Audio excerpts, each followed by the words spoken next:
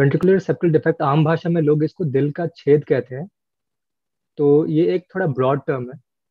दिल का छेद कहने पे उसमें एट्रियल सेप्टल डिफेक्ट भी आता है, वेंट्रिकुलर सेप्टल डिफेक्ट भी आता है। लेकिन वेंट्रिकुलर सेप्टल डिफेक्ट ज़्यादा कॉमन बीमारी है और ज़्यादा खतरनाक बीमारी है। तो मोस्टली जब लोग कहते हैं कि दिल का छेद हुआ है बच्चे को, तो उनका ये मतलब है कि वो वेंट्रिकुलर सेप्टल सेप्टल डिफेक्ट ही है। और ये कॉन्जेनाइटल बीमारी है जो जन्मजात होती है। मतलब बच्चे के जन्म के वक्त ये बीमारी उसको पहले से ही रहती है, बाद में नहीं होती है। तो ये बच्चे के दिल की बनावट जो पेट में होती है उसमें प्रॉब्लम्स होती हैं, तो वेंट्रिकुलर सेप्टल डिफेक्ट होता है बच्चों में। अगर बच्चे को वीएसडी है तो उसकी उसके बर्थ में कोई प्रॉब्लम्स नहीं होती है। इनफैक्ट बर्थ के बाद भी प्रॉब्लम्स नहीं होती है। अगर बहुत बड़ा छेद है, वीएसडी बहुत बड़ा है, तब जाके 1 महीने या 2 महीने का बच्चा जब हो जाता है तब प्रॉब्लम्स शुरू होती है। तो ड्यूरिंग बर्थ या एट बर्थ बच्चे को कोई प्रॉब्लम होती नहीं है और बच्चा सेहतमंद ही पैदा होता है। लेकिन माँ को वीएसडी है तो उसमें भी बच्चे को ज्यादा प्रॉब्लम्स नहीं होती है, बच्चा थोड़ा छोटा पैदा होता है। लेकिन अगर बहुत एडवांस स्टेज में माँ को वीएसडी है, जो बाद में जाके नीलापन हो जाता है, वीएसडी अगर बहुत दिनों से है, नीलापन नीला पड़ जाता है, शरीर जब नीला पड़ने लगता है, आइजनमेंगर सिंड्रोम कहते हैं।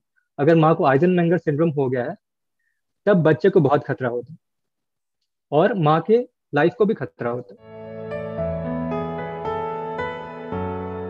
वीएसडी के सिम्टम्स बहुत ही वेरिड होते हैं। अब वो डिपेंड करता है कि वीएसडी का साइज कितना है, वो छेद कितना बड़ा है। अगर छेद बहुत ही ज्यादा छोटा है तो कई बार ऐसा होता है कि बच्चों को कोई प्रॉब्लम आती ही नहीं है, बच्चे की लाइफ स्पैन नॉर्मल बच्चों की तरह होती है, वो अच्छे से खेलता कूदता है, बढ़ता भी अच्छे से है। तो बहुत छोटा वीएसडी होता है तो बच्चों को कोई प्रॉब्लम नहीं होती है।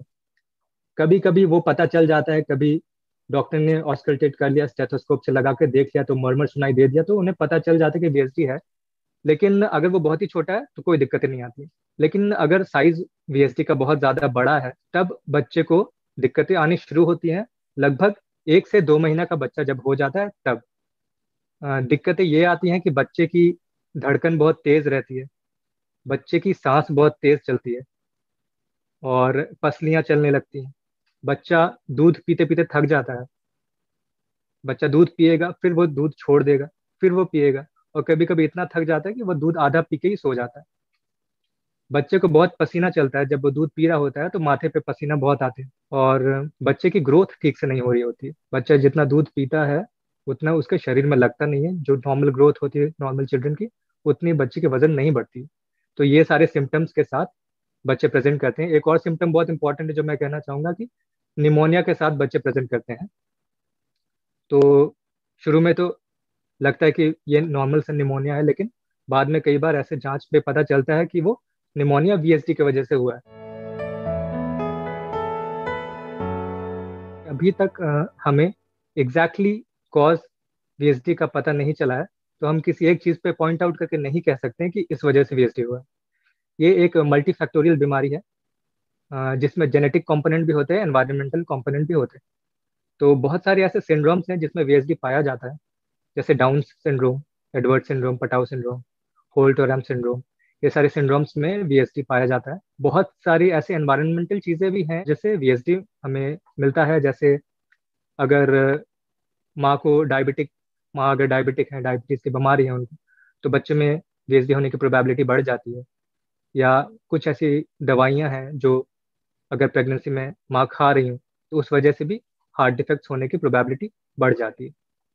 लेकिन बहुत बार ऐसा भी होता है कि हमें कोई कॉज ही नहीं पता चले, कि कोई सिंड्रोम भी नहीं है, कोई ऐसा रिस्क फैक्टर भी नहीं है, लेकिन बच्चों को वीएसटी हो गया।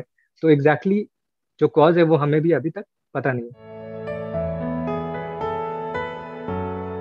अगर वीएसटी बहुत छोटा है तब तो ग्रोथ में कोई इफेक्ट होता ही नहीं है, तो हमें पता भी नहीं चलता है कि इस बच्चे को वीएसडी है भी, जब तक हम स्टेथोस्कोप ना लगाएं उस पर। लेकिन अगर वीएसडी बड़ा है तब बच्चे की ग्रोथ में इफेक्ट होता है, और काफी ज्यादा इफेक्ट होता है। तो बच्चा लगभग 1 महीने तक ठीक ग्रो करता है, उसके बाद उसकी ग्रोथ गिरने लगती है। जैसे उसको अगर उसके उम्र के बाकी बच्चों से कंपेयर किया जाए तो बाकी बच्चे नॉर्मल बढ़ रहे होते हैं, इसके इस बच्चे की वजन ज्यादा नहीं बढ़ती है। और वो क्यों नहीं बढ़ती है? क्योंकि बच्चे की दिल को बहुत तेज धड़कना पड़ता है, जो खून है बाकी शरीर में पहुंचाने के लिए।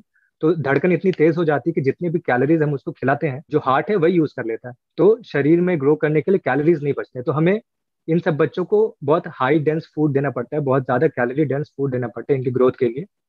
और कुछ कुछ मेडिकेशंस हैं जो हार्ट फेलियर को कंट्रोल करने के लिए हम वीएसडी में देते हैं, जिस वजह से धड़कन, हार्ट फेलियर के सिम्टम्स कम हो जाते हैं। और इसके साथ अगर हम कैलोरी डेंस फूड दें तो बच्चे की बढ़ने की कैपेसिटी थोड़ी नॉर्मल हो सकती है। लेकिन अगर डिफेक्ट बहुत बड़ा है, वीएसडी बहुत बड़ा है, तो बच्चा तब तक ग्रो नहीं करेगा जब तक हम उस वीएसडी को हम जब तक बंद ना कर दें। सर्जिकल क्लोजर के बाद ही बच्चा सही से बड़ा होना शुरू होता है। छोटी वीएसडी में हमें कुछ करने की जरूरत नहीं है। फिर एक मॉडरेट वीएसडी होता है, एक लार्ज वीएसडी होता है जो बहुत बड़ा वीएसडी होता है। तो हम लार्ज वीएसडी की अगर बात करें, तो अगर दवाइयों से कंट्रोल हो जा रहा है, उसके सिम्टम्स, हार्ट फेलियर के सिम्टम्स कंट्रोल हो जा रहे हैं दवाइयों से, तो 6 महीने लगभग के अराउंड हमें सर्जरी कर डालनी है। और अगर सिम्टम्स कंट्रोल नहीं हो रहे दवाइयों पे, तब तो जितने जल्दी से जल्दी हम उसका सर्जरी कर दें उतना बेहतर होगा।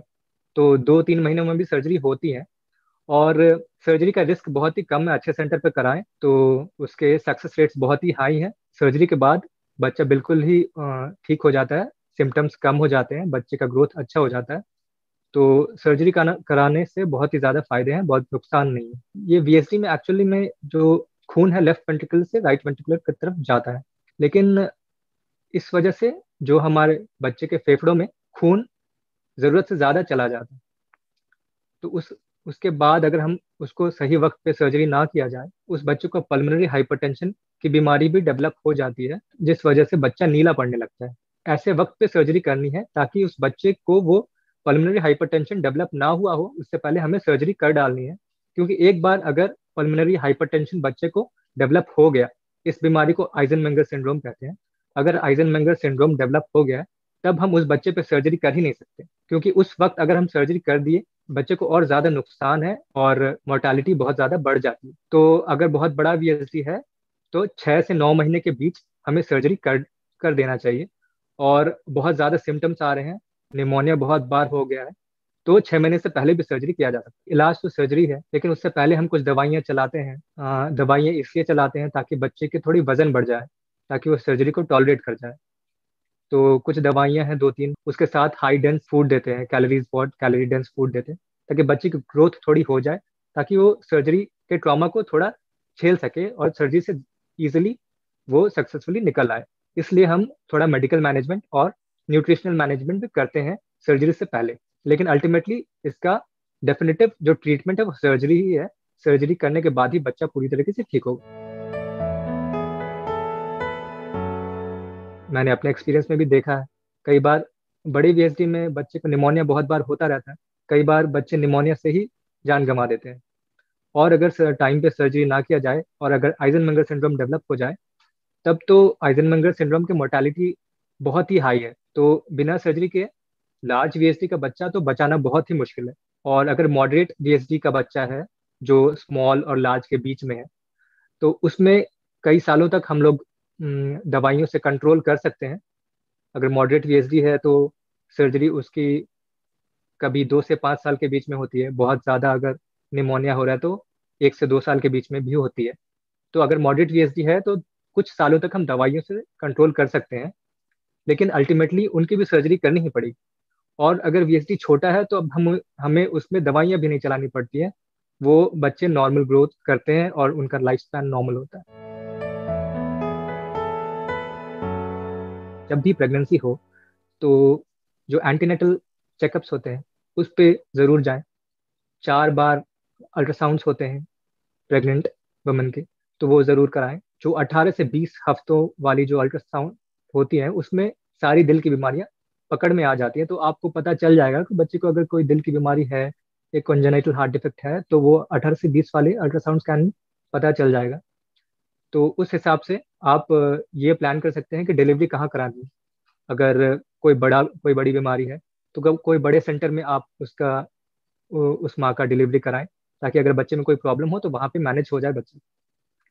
और ये तो पहली सलाह हुई। दूसरी सलाह ये हुई कि आप अगर कोई पीडियाट्रिशियन ये शक करता है कि बच्चे को वीएसटी हो सकता है या कोई दिल की बीमारी हो सकती है,